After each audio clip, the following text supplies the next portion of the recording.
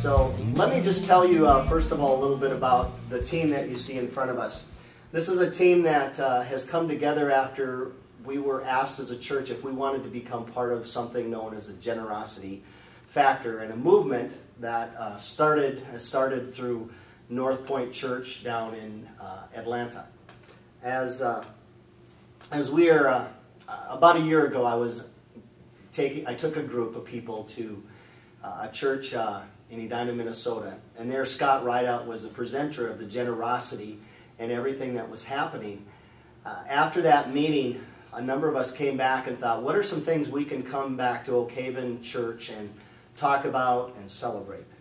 And we came back and we did continue to just imagine here at the church, which was to continue to encourage people to give, but we wanted people to think of generosity as being more than just giving of their money.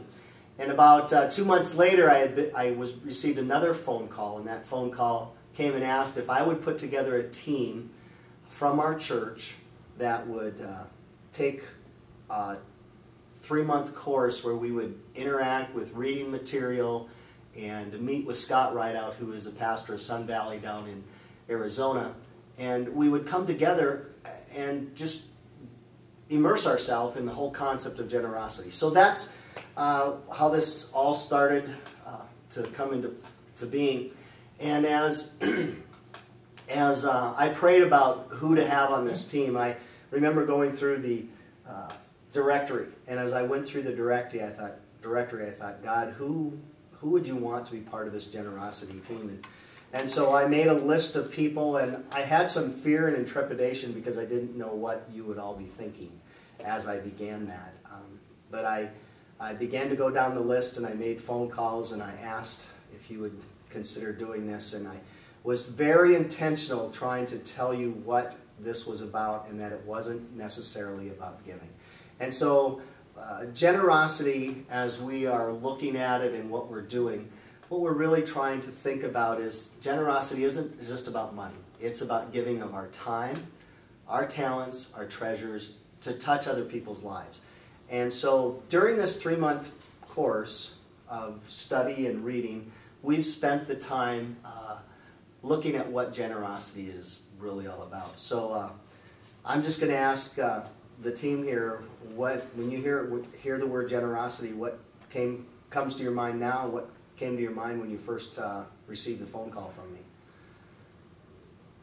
Well, for me, the first thing that really hit home for me for the meaning of generosity was from a book called The Generosity Factor, and it talks about the acronym HEART, and it really is a heart thing. And so HEART, the acronym stands for He owns it all, God owns it all. Every day is an opportunity to be generous. And then finally, action is required. And remember your blessings and thank Him. Okay. Anybody else? Well, when you first called me, generosity meant I would have to go and collect money from people. That's what I thought you wanted me to do. I wasn't real thrilled about the idea. But getting more into it, generosity to me meant, I learned that it meant maturity, where you give and serve instead of asking. It's of you. Okay. We've all heard forever that as a parent or a friend, the best thing we can give and be generous with is our time. Okay. And so that's kind of when we talk about generosity, and when I tried to explain that and what it was, is trying to get us to think more and more about it, not just being about money, but how can we use our time and our talents and our treasures. So we had an initial meeting with Scott Rideout, that first meeting, and he explained to us while we were there that just take this meeting, come and listen and hear what it's about, and then you can make a decision after that. When you first heard Scott speak, what were your thoughts? I was really excited about listening to him because he was excited. Mm-hmm. And you could tell that he had done some thinking over time about what the time, talents, treasures, and so forth were, and that they would make a real difference in personal lives as well as small group lives, church group, whatever it happened to be. And I was hearing words as he talked about all of this, as some of the adjectives he used were overflowing, unselfish, considerate, sharing, moving toward the transformation of our hearts and souls. And it just seemed like we needed to be really involved in that as an individual, but also as a group and as a church. Okay. Anybody else? And it was exciting to hear Scott share about things that were taking place in his church and other churches where they have done the Generosity Summit. And it was exciting to think of what we can do here at Oak Haven to make an impact on people's lives with our time, talent, treasures, and touch. And it was a contagiousness that he had that inspired me to continue with the reading and just be excited about this whole generosity.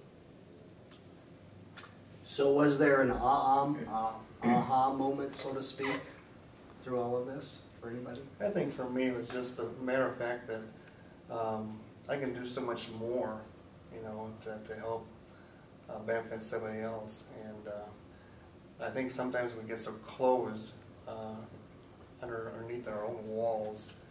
And for me, it's just, you know, we can do so much more, each one of us. And that's really what it's all about. And going and meeting with this group every Wednesday night really kind of helped me realize those factors.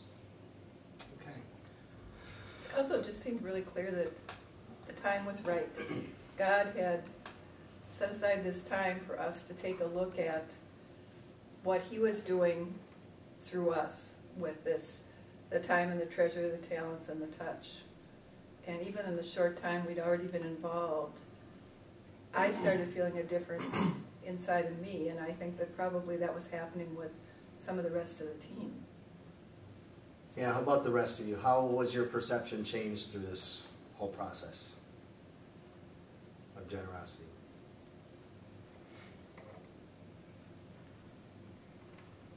I guess I'm a slow learner, but so often I read in the bulletin or I hear about somebody coming home from the hospital, and I have good intentions, but a few days later I fail to take it to the next level and do something. So I have to get better at seizing the moment and doing it. Okay. And it's taking the time to, you know, away from us and giving it to the Lord and just give Him all the glory in the things that we do. And it's just giving less of us and thinking of others for ourselves. I think is a great key.